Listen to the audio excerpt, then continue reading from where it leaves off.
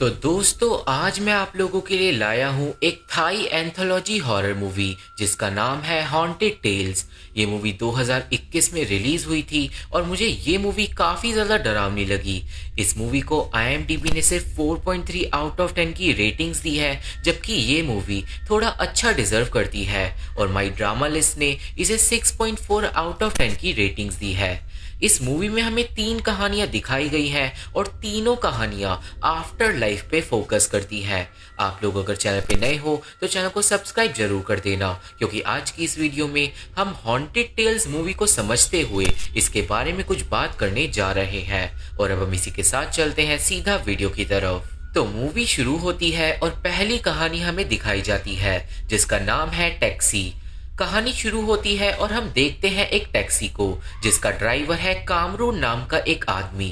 Taxi में already एक passenger होता है जो सोकर उठता है। अब पहले तो उस पैसेंजर को याद नहीं आता कि वो टैक्सी में कैसे आया, पर फिर कामरून बताता है कि उसने पैसेंजर को एयरपोर्ट से पिकअप किया है। उस पैसेंजर का नाम होता है शॉन और अब उसे याद आ जाता है कि वो टैक्सी में कैसे पहुंचा। कामरून और शॉन के बीच में अब बातें आगे बढ़ती हैं और शॉन बताता है कि उसने बचपन में एक प्रेग्नेंट स्पाइडर को जिंदा जला दिया था। अब अचानक ही एक स्पाइडर शॉन पे आ जाता है और वो डर जाता है। शॉन को टैक्सी में एक न्यूज़पेपर भी मिलता है जिसमें पास्ट की एक न्यूज़ लिखी हुई थी और वो न्यूज़ शॉन की फैमिली के बारे में थी। अब अचानक ही टैक्सी के आसपास से सारी गाड़ियां गायब हो जाती हैं और हम लोग समझ जाते हैं कि कामरून कोई इंसान नहीं है और शॉन ऑलरेडी मर चुका है।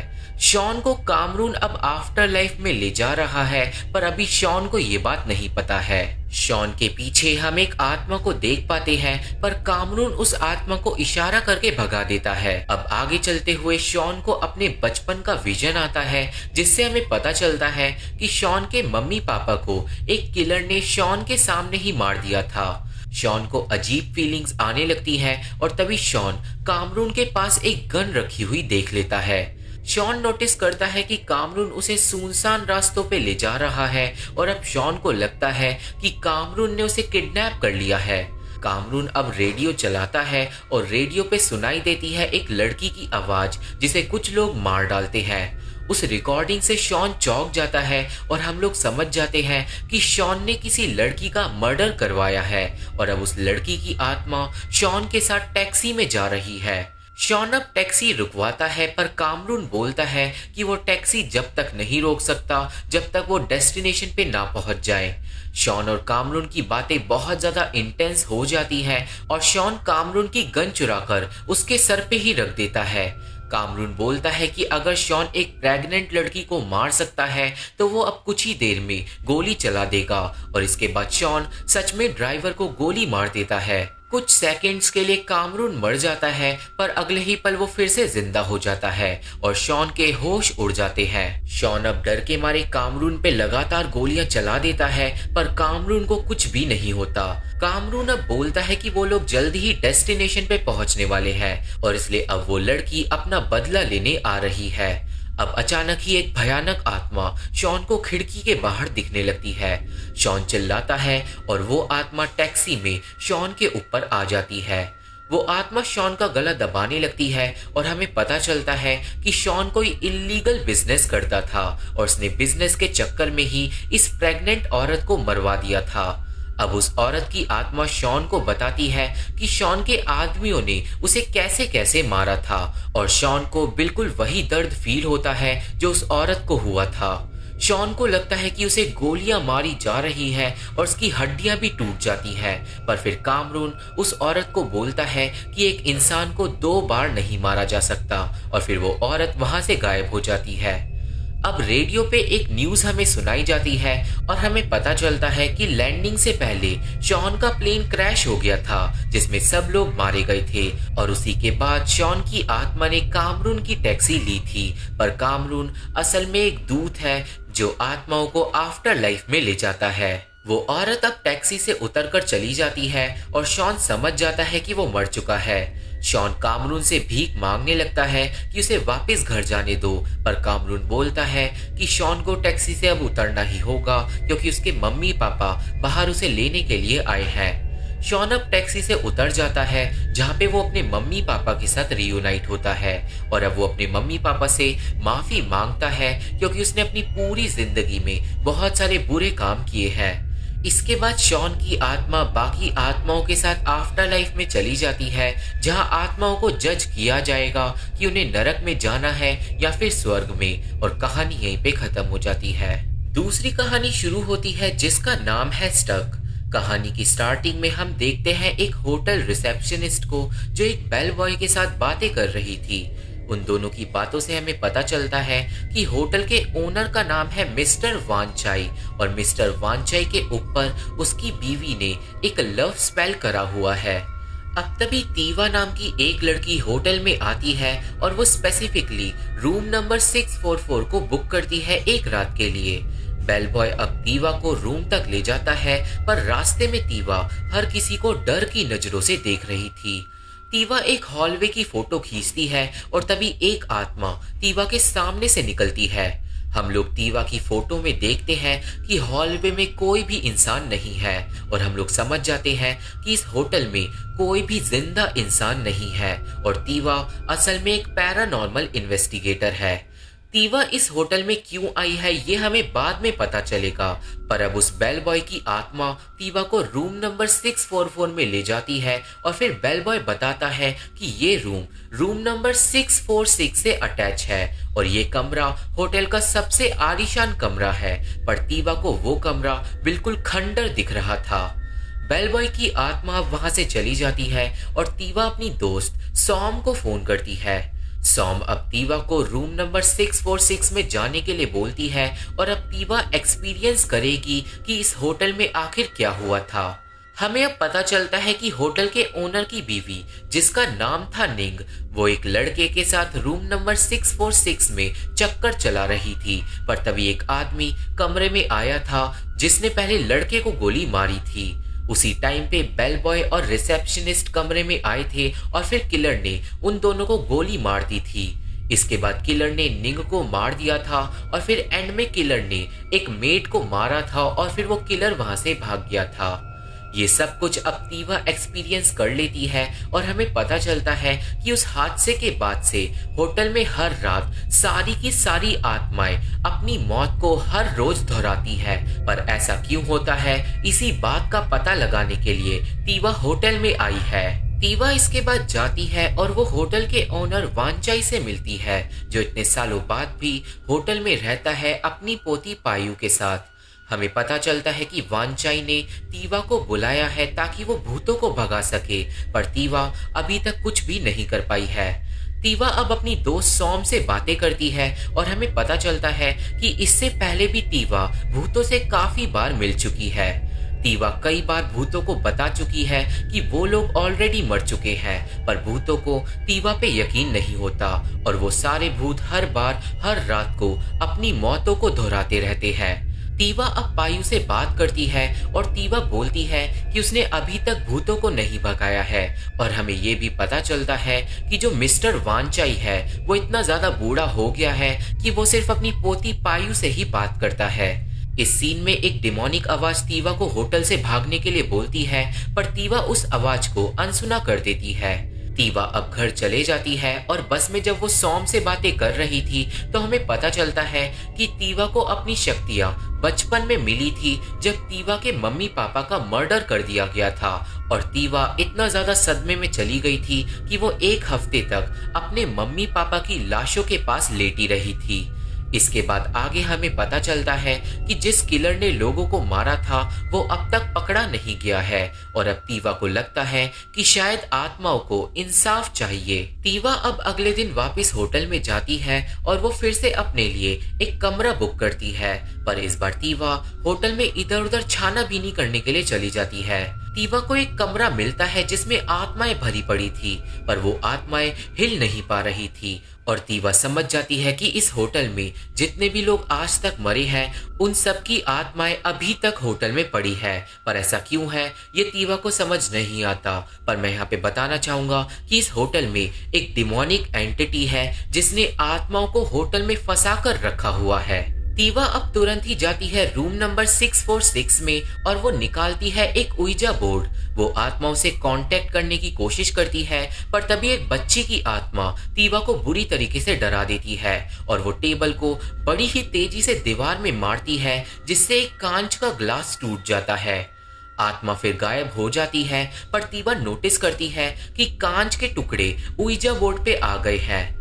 तीवा अब आत्माओं से कांटेक्ट करती है और आत्माएं उइजा बोर्ड के जरिए बताती है कि जो कातिल है वो अभी भी इस होटल में छुपा हुआ है। अब इससे पहले तीवा मिस्ट्री सुलझा पाती, एक बार फिर से आत्माएं अपनी मौत को दोहराने के लिए आ जाती है। किलर एक बार फिर से आता है और सारे के सारे लोगों को मार के चले जाता है। ये सब कुछ एक बार फिर से तीवा विटनेस करती है और इसके बाद आत्माएं गायब हो जाती है।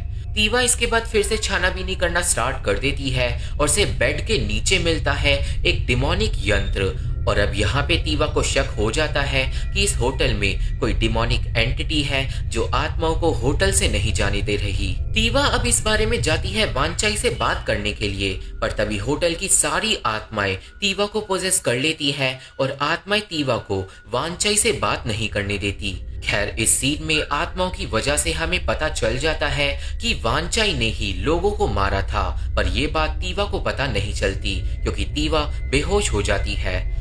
यहाँ पे हमें यह भी नहीं पता चलता कि वानचाई ने लोगों को क्यों मारा था, पर जल्दी ही हमें सारी चीजें क्लियर पता चल जाएंगी। अब थोड़ी देर बाद तीवा को होश आता है, पर तीवा को कुछ भी याद नहीं था कि उसके साथ अभी अभी क्या हुआ। वो वापस घर चले जाती है और तीवा के जाते ही वानचाई अपनी पोती को बुलाता है अपने पास और फिर वानचाई अचानक ही अपनी पोती को पकड़ लेता है और फिर वानचाई के अंदर से निकलता है डीमन और वो पायु के अंदर चले जाता है। हम लोग समझ जाते हैं कि उस डीमन ने वानचाई को पोजेस कर रखा था और इसलिए ही वानचाई ने सब लोगों को मार दिया था, पर वो डीमन यहाँ पे आया कैसे, ये हम लोगों को आगे पता चलेगा। अब घर जाते वक्त तीवा सोम से पूछती है उस डिमोनिक यंत्र के बारे में। सोम बताती है कि वो यंत्र एक ऐसा यंत्र है जो आत्माओं को आफ्टर लाइफ में नहीं जाने देता और यहाँ पे तीवा को यकीन हो जाता है कि किसी डीमन ने उन आत्माओं को होटल में कैद कर रखा है। तीवा अब तुरंत ही वापस होटल पहुंचती है और वो उस चादर को फाड़ देती है जिसपे यंत्र बना हुआ था, जिससे सारी की सारी आत्माएं होश में आने लगती है।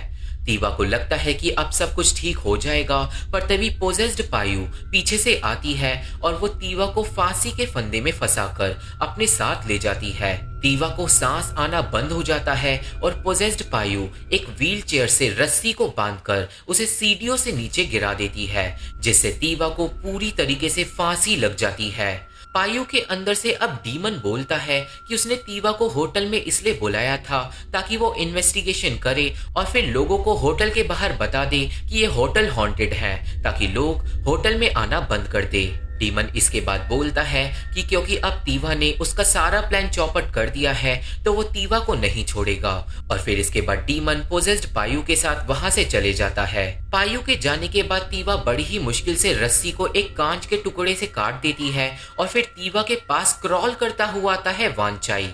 वानचाई तीवा से अब मदद मांगता है और वानचाई बताता है कि उसकी बीवी ने बहुत पहले उसके ऊपर एक लव स्पेल किया था, पर उस लव स्पेल में कुछ गड़बड़ हो गई थी और एक डीमन वानचाई के अंदर घुस गया था। उसके बाद वानचाई ने सब लोगों को मार दिया था क्योंकि वो पोजेस हो गया था और फिर डीमन ने लोगों की आत्माओं को होटल में कैद कर लिया था क्योंकि ऐसा करके डीमन को शक्तियां मिलती है। वानचाई बताता है कि वो अब बूढ़ा हो गया है और इसलिए डीमन ने उसे छोड़कर उसकी पोती को पकड़ लिया है और अगर तीवा ने पायु को नहीं बचाया तो पायु हमेशा के लिए डीमन की हो जाएगी। अब दूसरी तरफ हमें पायु को दिखाते हैं जो अपने खून से बेडशीट पर एक और यंत्र बना देती है। थोड़ी देर बाद तीवा वहां पे आती है, पर पोजेस्ड पायु तीवा पे हमला कर देती है। पायु तीवा पे पूरी तरीके से हावी हो जाती है, पर तभी होटल की सारी आत्माएं वहां पे आ जाती है तीवा की मदद के लिए। सारी की सारी आत्माएं डिमोनिक पायु को पकड़ लेती है ताकि तीवा डीमन को एग्जॉर्साइज कर पाए। पायु को सारी आत्माएं अब बिस्तर पर लिटा देती है और तीवा पायु का एग्जॉर्सिज्म स्टार्ट कर देती है। वो डीमन बचने की पूरी कोशिश करता है, पर सारी की सारी आत्माओं ने उसे कसकर जकड़ लिया था और in the end Tiwa demon को सक्सेसफुली नरक में वापस भेज देती है। डीमन के जाते ही सारी की सारी आत्माओं को शांति मिल जाती है और तीवा पायु और वांचाई को फाइनली बचा लेती है और कहानी यहीं पे खत्म हो जाती है। अब तीसरी कहानी शुरू होती है जिसका नाम है बुक ऑफ ट्रूथ और इस कहानी की शुरुआत बहुत ही ज्यादा भयानक होती है। हमें एक लड़के को दिखाया जाता है जिसपे एक अनजान शक्ति हमला कर रही थी। वो लड़का हवा में उड़ने लगता है और उसकी सारी हड्डियां एक एक करके टूट जाती है और फिर वो अनजान शक्ति उस लड़के को अपने साथ ले जाती है और उस लड़के के मरने के बाद एक अनजान आदमी उस लड़के के खून को कलेक्ट कर लेता है। सीन कुछ दिन आगे जाता है जहाँ पे हम लोग देखते हैं जेफ नाम के एक लड़के को जो एक राइटर है। जेफ के साथ होती है लेडी नाम की एक औरत और लेडी जेफ को अपने विला में ले जाती है। हमें पता चलता है कि लेडी का विला बहुत ही ज्यादा खास है क्योंकि रात के टाइम आत्माएं घर में आती हैं और वो लोगों को कहानियां सुनाती हैं। इसी वजह से लेडी के विले के अंदर बहुत सारे फेमस राइटर आते हैं रेंट पे रहने के लिए ताकि उन्हें कहानियां मिल सके। हमें ये भी पता चलता है कि इस विला में से बहुत सारे राइटर्स गायब हो चुके हैं पर जेफ ये रिस्क लेने को तैयार था। लेडी अब जेफ को घर में ले जाती है और विला में ऑलरेडी एक आदमी रह रहा था जिसका नाम है खोंग। पर खोंग बहुत ही ज्यादा अजीब आदमी था। घर दिखाने के बाद लेडी जेफ को 3 रूल बताती है जिसमें पहला रूल था कि जेफ रात को किसी अजीब आवाज का पीछा नहीं करेगा। दूसरा रूल था कि जेफ कभी भी घर के बाहर लगे हुए बनाना ट्रीज के पास नहीं जाएगा और तीसरा रूल था कि जेफ हर रात सोने से पहले बुद्धा की पूजा करेगा। रूल्स बताने के बाद लेडी वहां से चली जाती है और जेफ अपना काम शुरू कर देता है। लिखते लिखते रात हो जाती है और जेफ को कुछ पैरानॉर्मल चीजें फील होने लगती है। खैर थकने के बाद जेफ सोने के लिए चले जाता है और वो बुद्धा की पूजा नहीं करता। पूजा ना करके जेफ ने अब क्योंकि एक रूल तोड़ दिया था तो छत से नीचे गिरती है एक इंस्क्रिप्शन। जेफ को समझ नहीं आता कि उस इंस्क्रिप्शन का क्या करना है और इसलिए अगले दिन वो उसे लेडी को दे देता है। लेडी उस इंस्क्रिप्शन को देखकर ही समझ जाती है कि जेफ ने रात को पूजा नहीं करी और फिर लेडी जेफ को सख्ती से बोलती है कि उसे हर रात हर हाल में पूजा करनी ही होगी। लेडी अब उस इंस्क्रिप्शन को ले जाती है और एक कपबोर्ड में बाकी इंस्क्रिप्शन के साथ रख देती है। लेडी किसी अनजान शक्ति से प्रार्थना भी करती है और वो बोलती है कि प्लीज जेफ को माफ कर दो।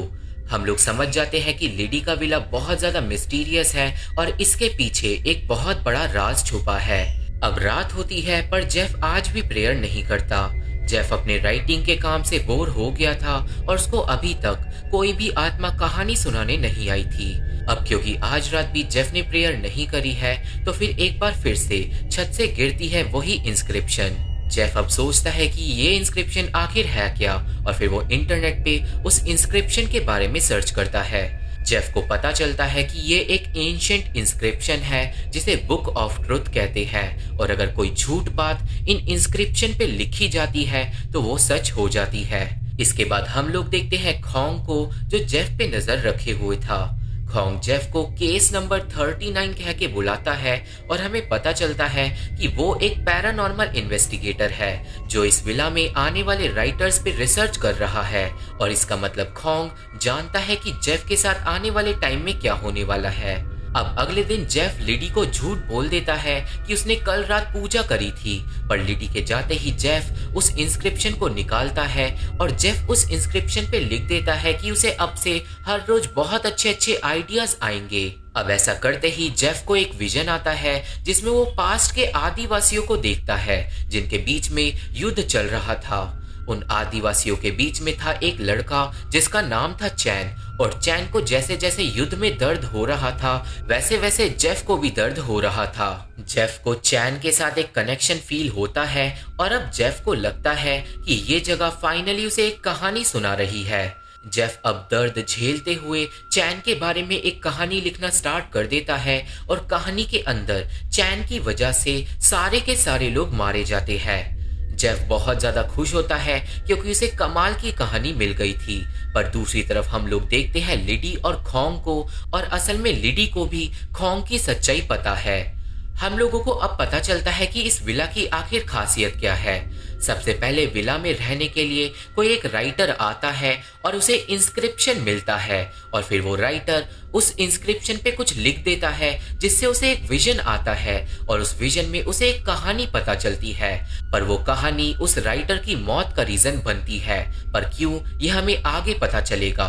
और इसी बात पे खोंग रिसर्च कर रहा है और लिडी उसका साथ दे रही है। अब नेक्स्ट डे जेफ आगे की कहानी लिखता है, और इस बार उसकी कहानी में से एक डरावना आदिवासी रियल दुनिया में आ जाता है जो जेफ को बुरी तरीके से डरा देता है।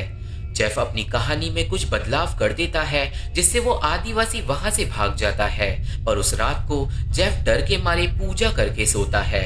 अब अगले कुछ दिनों तक जेफ कहानी लिखना कंटिन्यू रखता है, पर उसका दिमाग कहानी वाले चैन से पूरी तरीके से जुड़ जाता है। जेफ चैन का दर्द फील करता है, वो उसके लिए रोता है, उसकी हरकतें कॉपी करता है, और जेफ धीरे धीरे चैन में बदलने लगता है। पर ऐसा क्यों हो रहा है ये हमें आगे पता चलेगा।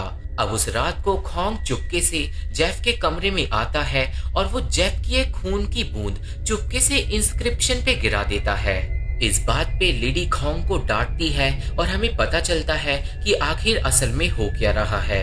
हमें पता चलता है कि जो अनजान शक्ति इस विला में रहती है वो लोगों को जो कहानियां सुनाती है वो असल में लोगों की पिछले जन्म की कहानियां होती है।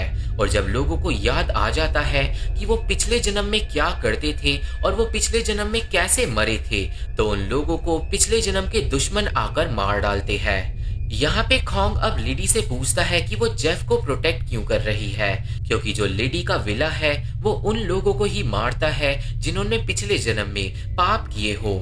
लिडी अब बताती है कि जेफ पिछले जन्म में उसका बेटा चैन था, और लिडी जानती है कि जेफ ने पिछले जन्म में कुछ ऐसा किया था जिसकी वजह से बहुत सारे मासूम लोग मारे गए थे, और यही रीजन है कि लिडी अपने बेटे को बचाना चाहती है उसके पिछले जन्म के दुश्मनों से। यहाँ से सीन जाता है जेफ पे, जो अचानक ही रात को सोकर उठता है और जेफ अब पूरी तरीके से चैन में बदल जाता है। अगले दिन वो लिडी को अपनी माँ कह के बुलाता है क्योंकि उसकी पिछले जन्म की सारी याददाश्त वापस आ जाती है। ये सब देखकर लिडी समझ जाती है कि आज रात को जेफ को मारने के लिए उसके पिछले जन्म के दुश्मन आएंगे, और वो तुरंत ही जाके अपने बेटे को बचाने की तैयारी में लग जाती है। उस पूरा दिन जेफ चैन बनकर घूमता है, और फिर शाम होते ही उसके दुश्मनों की आत्माएं उसे मारने के लिए आ जाती है। जेफ को अब आत्माएं धीरे धीरे मारना शुरू कर देती है, और वो अपनी माँ के पास बचता हुआ भागता है। लिडी अपने बेटे को पवित्र रस्सी से बांध देती है और वो कुछ मंत्र पढ़ने लगती है, और जेफ को बचाने के लिए खोंग भी मदद करता है। जेफ को इस सब के बाद भी बहुत ज्यादा दर्द हो रहा था और उसे लग रहा था कि वो मरने वाला है, और फिर एक आत्मा गुस्से में आती है और वो जेफ के पेट में एक भाला घुसा देती है। जेफ देखता है कि वो आत्मा तो चैन के बेस्ट फ्रेंड की है जिसे चैन ने धोखा दिया था, पर अब जेफ अपने बेस्ट फ्रेंड से माफी मांगता है, और जेफ उस आत्मा को समझाता है कि जो भी कहानी थी वो बहुत पहले खत्म हो गई है और अब उन दोनों को लड़ने की जरूरत नहीं है। खैर यहाँ पे वो आत्मा किसी तरीके से जेफ की बातें समझ जाती है और वो आत्मा शांति से चली जाती है।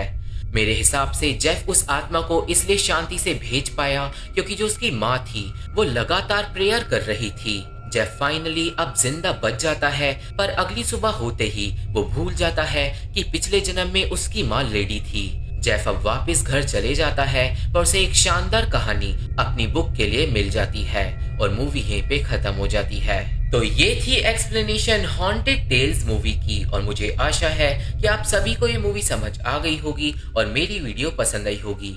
ये मूवी देखनी है तो मेरा टेलीग्राम ज्वाइन करना होगा। कमेंट में जरूर बताना कि आपको कौन सी कहानी सबसे ज्यादा अच्छी लगी। मेरे फेसबुक पेज का लिंक, इंस्टा का लिंक, स्नैपचैट का लिंक और बाकी सारे social media link description box में मौजूद हैं। तो अगर आप लोग मेरे से जुड़ना चाहते हो तो आप लोग मेरे को वहां पे फॉलो जरूर कर सकते हो। वीडियो पसंद आई हो तो वीडियो को लाइक करके और चैनल को सब्सक्राइब करके हमारा सपोर्ट जरूर करना, क्योंकि इससे हमें काफी ज्यादा हेल्प मिलती है। और अब मैं आप लोगों से मिलता हूँ अपनी अगली वीडियो में, तब तक के लिए थैंक यू, बाय बाय।